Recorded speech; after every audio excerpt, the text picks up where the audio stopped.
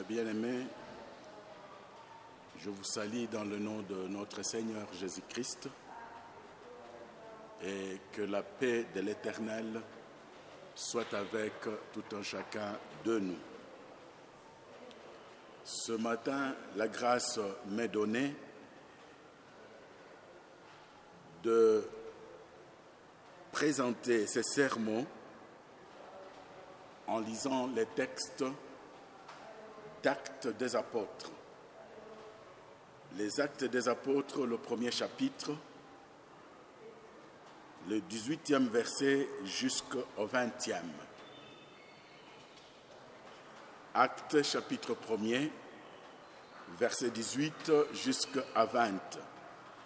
La parole de Dieu dit: Cet homme ayant acquis un champ avec le salaire du crime est tombé, s'est rompu par le milieu du corps et toutes ses entrailles se sont rependues.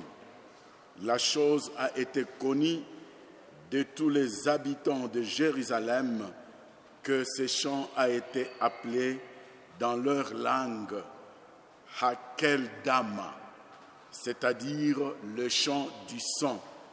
Or, il est écrit dans le livre de Psaumes que sa demeure devienne déserte et que personne ne l'habite, et qu'un autre prenne sa charge.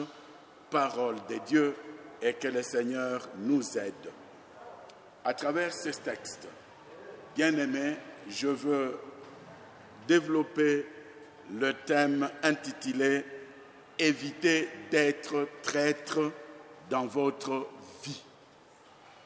Évitez d'être traître dans votre vie.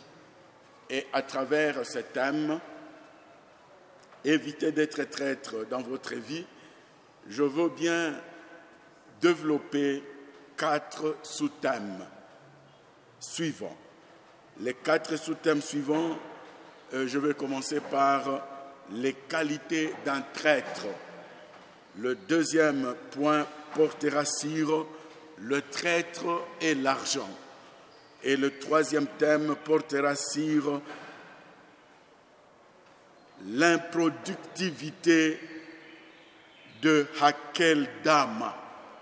L'improductivité de Hakeldama. Et enfin, je terminerai par la fin du traître est toujours malheureuse. La fin du traître est toujours malheureuse. Que Dieu nous aide en fait à ne pas être traître dans notre vie partout où nous pouvons être, partout où nous pouvons nous retrouver. Que Dieu vous aide, bien-aimés, afin que vous ne soyez pas coupables de la trahison, car la fin d'un traître est toujours malheureuse.